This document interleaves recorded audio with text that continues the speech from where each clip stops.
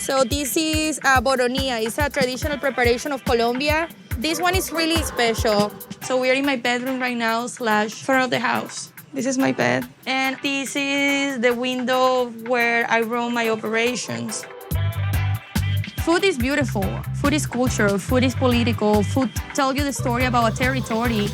Everybody knows Colombia as the country where cocaine came from the narcos. Guess what? That's not the way that it is. This is who I am. I'm a Colombian woman, and I want to teach you about my country with the food. And then after you eat, there is always a party.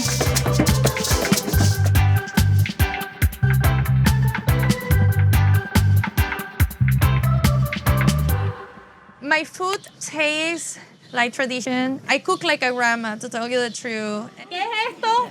¿Qué es esto? ¿Una coca de qué? Le estaba mi tierra amada, Barranquilla, Cartagena. Delicioso. Afuera está Matthew. A Matthew se va a comer un tamal de boronía. Mi nombre es Stephanie Bonín, soy de Barranquilla, Colombia, del Caribe colombiano. Yo soy una cocinera, orgullosamente cocinera. Esto es para Paola, ya viene lo tuyo. I'm sorry for the wait. Tengo un proyecto de cocinas tradicionales que se llama La Tropi Kitchen. Before COVID, I was doing like dinners in my living room, seating 16 people, making different dishes from Colombia. When the pandemic started, it was like I cannot keep doing this like this way. So that's how I decided to open up the window and to ask people to take food for takeout, especially because in New York we're doing the social distancing thing. The first weekend was 25 people. The week after it was 40 people. And today we have over like 80, 90 people coming here, you know, to pick up food. Papi chulo. Ay, ¿sabes que eres tú? Ven, coge tu comida. Ella es la propia barranquillera arrebatada, hecha pa'lante. Ella es... Estoy muy orgullosa de que sea barranquillera. No se transporta al Caribe, Colombia. What it makes this food really, really, really special is the fact that I don't take shortcuts. Everything is made from scratch. We do it exactly the same way that women back in Colombia will make them. We make pasteles de cerdo, we make hallacas, we make arepas, patacones, bollos, enyucados, everything. You name it, we have it. And if I don't know, I'll figure it out. We just don't sell food, we also educate people about the culinary traditions from Colombia. From where I'm from, women usually cook. It's something that's connected with the fact to be a woman. ¿En qué momento se le remueve el veneno a la yuca, abuela? Pues mientras que está colando. I try to go to Colombia every 2 months to do research and to spend some time with my family. When I started with this project, it was like this driven force to take me to go to every single part of the territory. I've been to the Amazon, I've been to the Pacific side, I've been to the Indian side, I've been to the rainforest. For me, the most important thing is to understand what makes Colombia food so special and what makes it at the same time so different from each part to the other. Mira, yo opino que hay muchas personas que han emprendido con situaciones difíciles y yo siento que estar en una situación difícil como que activa algo en nuestras cabezas y nosotros tenemos un principio bastante primitivo que es la supervivencia. The women that have mentored me, they always will bring the best of every situation that they face. And that's what I'm doing. Bueno, voy a sacar yuca, entonces se corta el árbol. Bien. Prefiero, no es que está apretado con costa.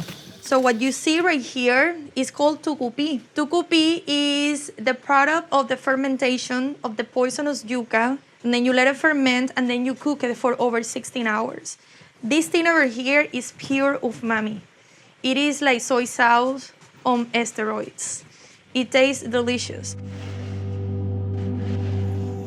Es un proceso bastante artesanal. Llevamos aproximadamente 24 horas en el proceso de hacer el tucupí.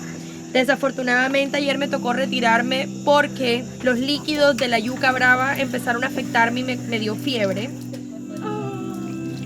Yo también me voy a bañar. ¿Usted no se ha bañado, abuela? No. ¿Hace cuánto no se baña? Hace 2 semanas. ¿En serio?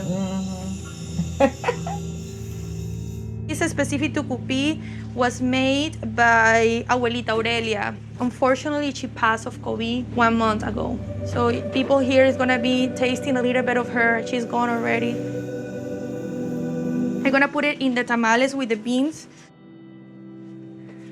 Este es el tamal que le vamos a poner tucupi y también va ahumado.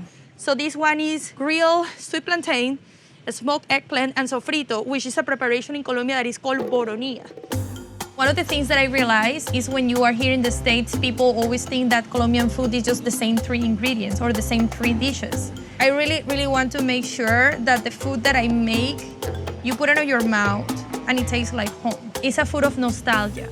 Estos son los tamales de cabeza de gato. Son tamales que vamos a ahumar. Lo hago con yuca. Es yuca y sofrito. Y este lo acompaño con como una salsita criolla ahogado, con el queso que estaba haciendo asado, aguacate y unas hierbitas. That's my cat. Today we are prepping the tamales. Right now, I'm cutting all the vegetables necessary to make the pastel. This is a recipe that involves a lot of different vegetable roots, like carrots, like potatoes, red pepper, cilantro, rice. When you see the pastel, the rice cooks inside of the leaf. What I'm doing is I'm adding some pork flour that I color with achiote seeds. This recipe was taught to me by a community of women close from where I live. Vitamins, everything 100% natural. First of all, I grab like a spoon of this. Then I'm gonna place really nice piece of beautiful pig. The ladies don't use sous vide. This is the secret ingredient.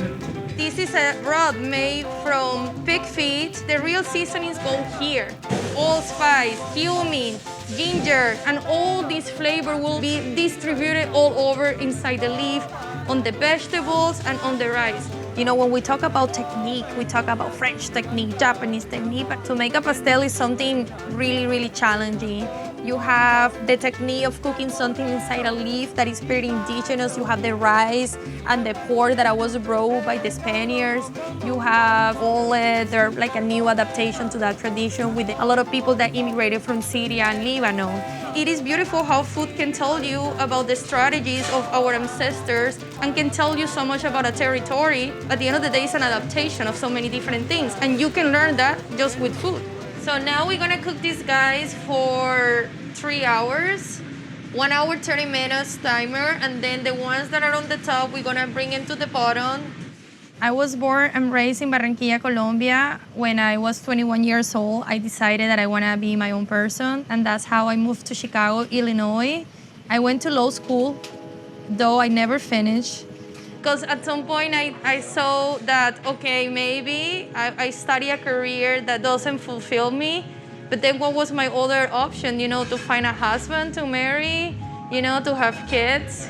Because we came from society that a woman is successful as soon as she can accomplish the stuff, to find a good husband, to have the kids, and I didn't like that idea. My dad, before he dies, he was begging me, why you don't get the diploma? He said, because I'm not a lawyer. I don't want to be a lawyer. I'm a cook. Then I decided to go to culinary school. After that, I had the opportunity to work at Cosme as a stagiaire. I was 28 years old. I was working like the long hours, like working the 6 days a week. And I decided to start my own project. So that's how La Tropi Kitchen started. When you're a migrant, you don't belong anywhere. So I started making the traditional preparations because that was my way to cope with being homesick. I had the opportunity to learn from so many beautiful women. Y para mí es súper importante tener la aprobación de esta gente en sus procesos porque no soy yo la que me estoy llevando este crédito. Esto no es mío, o sea, esto a mí no me pertenece. Esto es una tradición que le pertenece a otras personas y yo simplemente estoy siendo un instrumento para comunicarla. Y precisamente por eso tengo la obligación de ser lo más auténtica posible. Creo que le hace falta un poquito más de azúcar. No creo. Ya va a estar bien. Ya se endurece. Esto es una coca. Even though like I'm operating from my house, you know, I'm trying to run the operation like it wasn't a restaurant. Y la patrona. Habla, patrona. La patrona. I have friends helping me. I have my husband helping me. Pablo, he's 6'4". The poor thing is 6'4". And he's all the time complaining that he doesn't fit anywhere. So yeah. That's true. Yeah. Oh my God, I love you. I'm cooking from my backyard, using my kitchen, opening my whole house to the people. So we're steaming los pasteles right now so that they're warm and ready for service. They'll be ready in about an hour and a half. That funny, I met her, honestly, like 2 weeks ago. More than just the food, was more like her aura, her vibe, was what really drew me in. You know, she reminds me a lot of like mis tías and my grandma. You know, she's young, but an old soul, really. She wants to stay connected to the culture, which is very important, especially to me. Envasar tucupí, hojas de plátano se cortaron y ají dulce, we 86 this. Okay, so we have 10 minutes to go. Are we ready? Muy bien.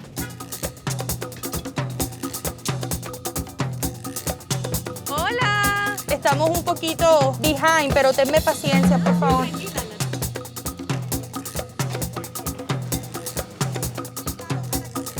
Ya tú eres la próxima. 2 cabezas de gato, 2 tamales de boronía. Carelis, Nina, Angia. Van a comer aquí. Ya vengo. Oigan, no metieron el pollo de mazorca, por favor. Pablo, Dios mío. Cindy and Wendy to go, Pablo. This is my favorite. Disfruten la comida, la hice con muchísimo amor. Bendiciones, mil bendiciones y que sigas adelante.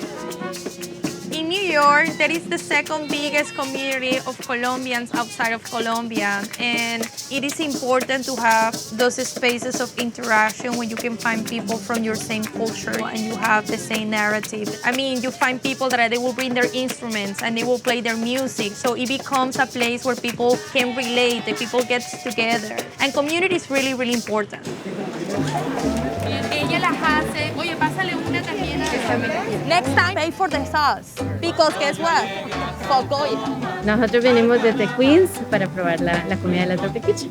Y también apoyar, somos colombianos y nos encanta apoyar a nuestra gente. Aquí tienes.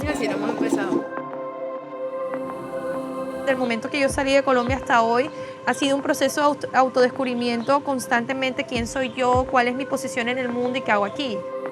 ¿Me entiendes? Y así me digan que no puedo coger y poner un grill en mi patio y cocinar aquí y vender acá, lo voy a hacer porque no le estoy haciendo daño a nadie.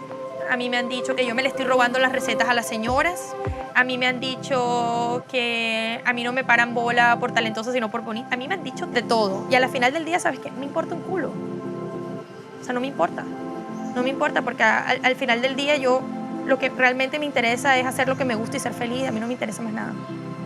La experiencia en que en medio de una situación pandémica en Brooklyn tú puedas sentirte así sea un momentito cerca de donde tú eres. Porque al final del cabo yo creo que eso nos hace sentir. Food always will bring people together, especially hungry people.